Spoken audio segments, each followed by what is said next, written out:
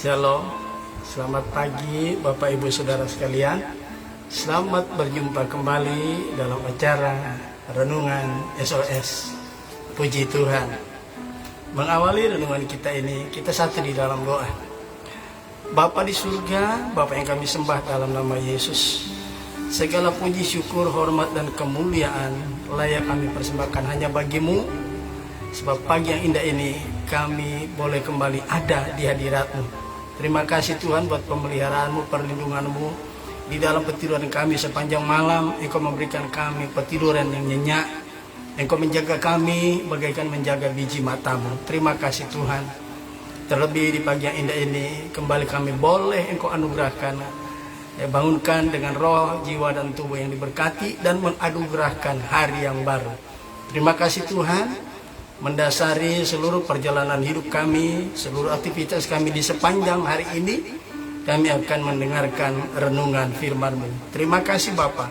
Kami mohon Roh Kudus menolong kami mampu menangkap pesan-pesan Tuhan, memampukan kami memahami kebenaran firman-Mu. Terima kasih Bapa.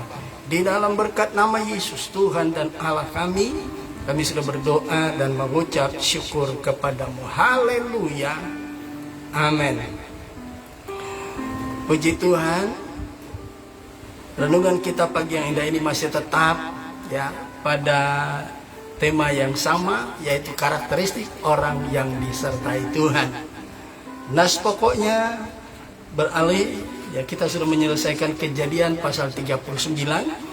Sekarang kita masuk pada kitab Kejadian pasal yang ke-40, ayat yang pertama sampai ayat yang ke-13 Demikian bunyi firman Tuhan. Sesudah semuanya itu terjadi, bahwa juru minuman Raja Mesir dan juru roti membuat kesalahan terhadap tuannya Raja Mesir itu.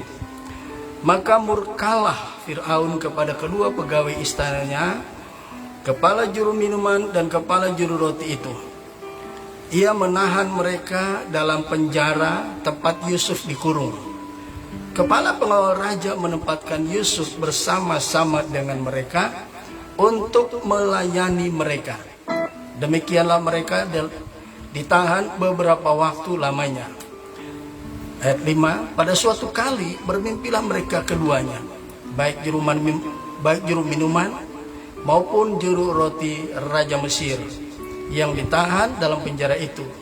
Masing-masing ada mimpinya pada suatu malam juga, dan mimpi masing-masing itu ada artinya sendiri. Ketika pada waktu pagi Yusuf datang kepada mereka, segera dilihatnya bahwa mereka bersusah hati.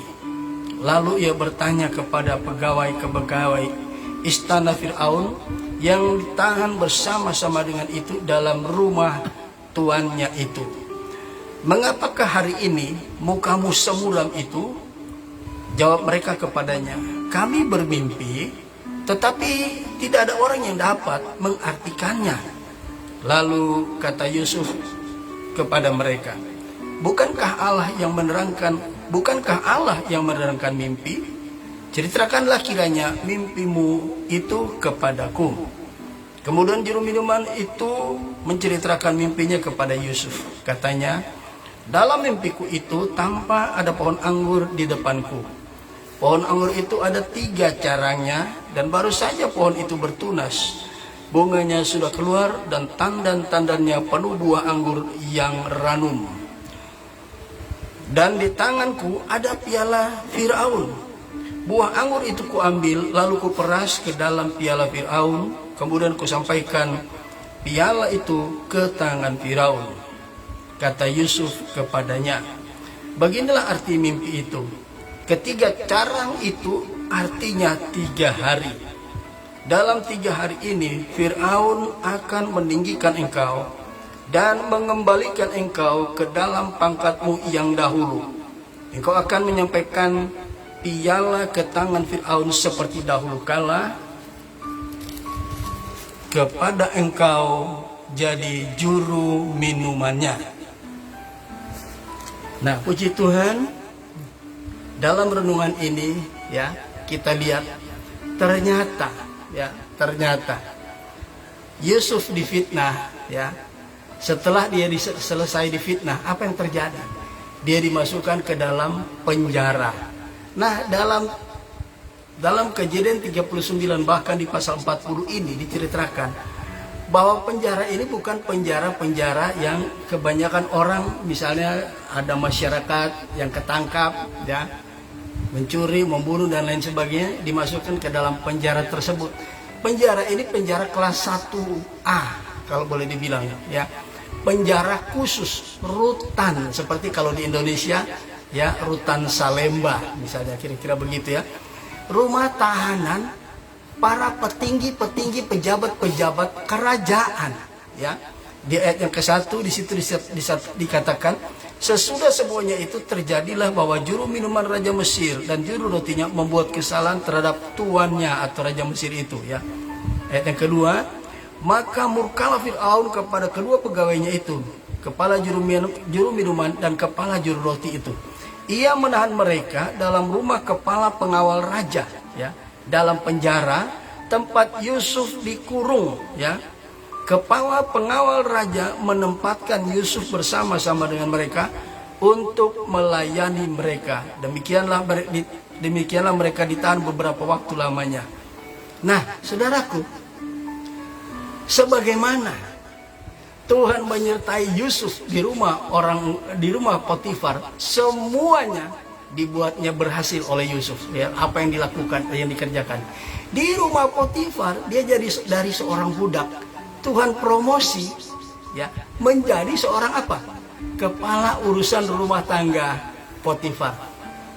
Wah, dia berhasil menghadapi tantangan di rumah Potifar dengan apa?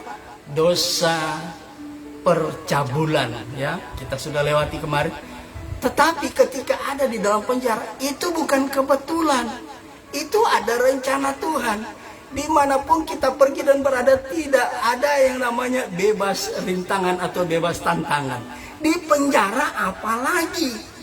Tapi tahu saudara enggak, ya, ternyata di dalam penjara, ya, ternyata di rumah Potifar sudah selesai aja, tantangannya sudah beres. Dibawa oleh Tuhan dari kemenangan datang kepada kemenangan.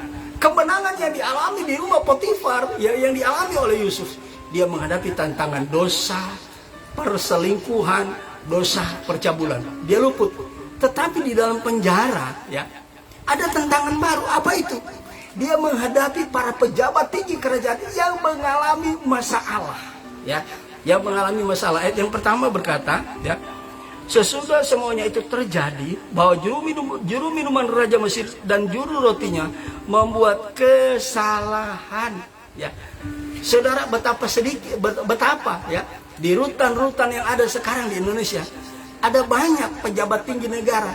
Ya, kenapa mereka di sana? Ada perbuatan kesalahan, ya. Tanggung jawab mereka lakukan itu menyimpang. Akhirnya mereka, ya, ditangkap, ya, tertangkap tangan oleh KPK. Makanya mereka masuk dalam rutan, ya, sembari menunggu, ya, sembari menunggu putusan pengadilan mereka ditahan. Begitu juga dengan kedua pejabat tinggi negara pada masa itu, di masa Mesir, ya. Juru makan dan juru minum ini mereka tanggung jawab berat. Apabila ada makanan dan minuman yang diracun, sebelum diminum raja, mereka terlebih dahulu menikmatinya. Apabila ada racun, ya, yang mati bukannya Raja Mesir, tetapi juru makanan atau juru minuman, ya. Tapi Tuhan memberkati, ya. Akhirnya mereka berbuat kesalahan, tidak dijelaskan apa kesalahannya. Saudara tahu, bukankah ada sekeliling kita tidak sedikit ada orang-orang yang bermasalah, ya. Mereka bermasalah. Nah, Yusuf belum tahu. Ketika beberapa hari mereka ditahan, perhatikan ayat yang ke-6, ya. Ya, jadi Yusuf ada di sana, ayat 4. Kepala pengawal raja itu menempatkan Yusuf bersama-sama dengan mereka untuk melayani mereka dimanapun kita berada. Urusan kita melayani jiwa-jiwa yang bermasalah. Amin, saudaraku. Ayat yang ke-6. Ketika pada waktu pagi Yusuf datang kepada mereka serta dilihatnya bahwa mereka bersusah hati.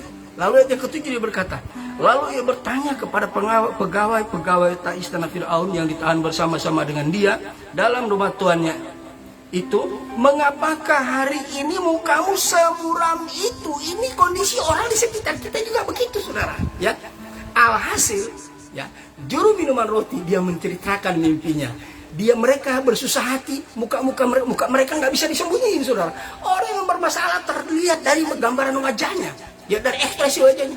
Mereka bermuram durja, ya. Mereka seperti orang yang kehilangan pengharapan. Mereka menceritakan, kami bersusah hati, kami bermuka muram karena mimpi yang kami mimpikan, kami tidak tahu artinya. Kemudian mereka menceritakannya kepada Yusuf, dan apa yang terjadi, saudaraku?